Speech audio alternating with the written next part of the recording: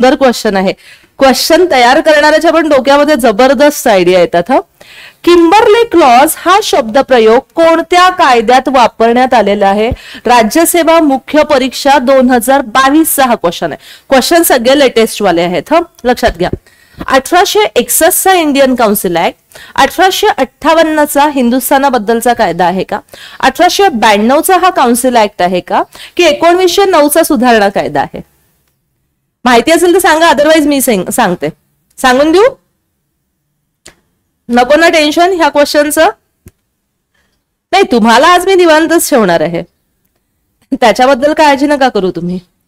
याचं ना आन्सर 3 नंबरचा आहे. 1892 चा काउन्सिल ऍक्ट. ओके, काय आहे तर 1892 चा काउन्सिल ऍक्ट ऑफ इंडिया. ठीक आहे. आता हा जो किंबर्ले क्लॉज आहे ना, एकच सेकंड,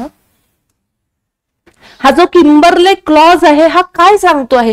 किंबर्ले या शब्दाचा ना एक पर्टिक्युलर अर्थ होतो. म्हणजे एकदम ओल्ड ब्रिटिशियन्स किंवा इंग्लंडमध्ये राहणारे अगदी ओल्ड, म्हणजे फार जुने लोक जे होते किंवा ज्यांच्याकडे मिलिटरीचं वगैरे गोष्टी दिलेल्या होत्या, तर त्यांच्याकडे द अर्ल ऑफ किंबर्ले असं ते लावल्या जातं. ओके, त्या ठिकाणी काय आहे तर अर्ल ऑफ किंबर्ले हा शब्द लावला जातो आहे. आणि त्या वेळेला आपला भारतामधला जो सेक्रेटरी होते, तर त्या सेक्रेटरीला हे Kimberley, the Earl of Kimberley असं म्हणण्यात आलेलं होतं. याचं ना अजून एक नाव आहे, ते पण मी तुम्हाला सांगते. जस्ट 2 मिनिटं द्या मला. 2 वेगवेगळे नाव आहे, म्हणजे भविष्यात जर त्याबद्दल विचारलं तर तुम्हाला माहिती असू द्या.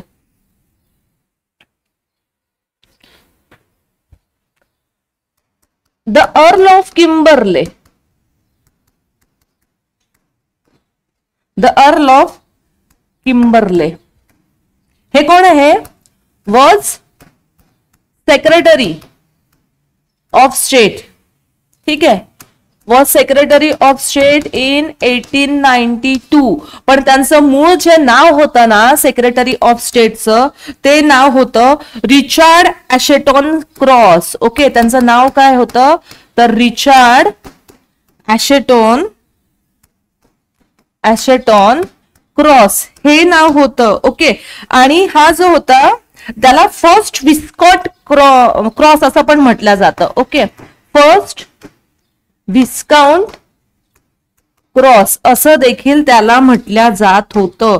आणि म्हणून या कायद्याला, म्हणजे किंबर्ले क्लॉज कशामध्ये इन्क्लूड आहे तर किंबर्ले क्लॉज डेफिनेटली 1892 च्या काउन्सिल ऍक्ट मध्ये इन्क्लूड आहे.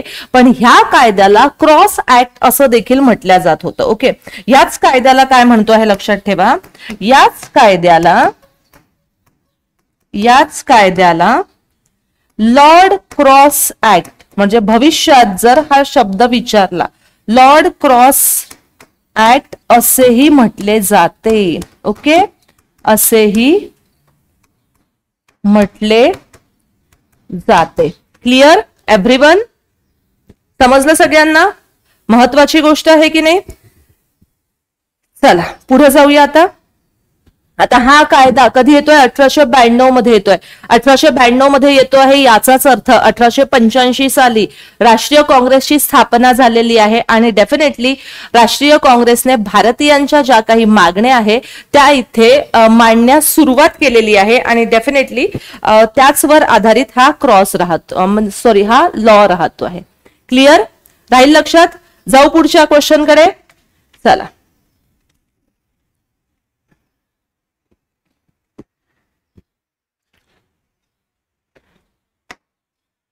चौथा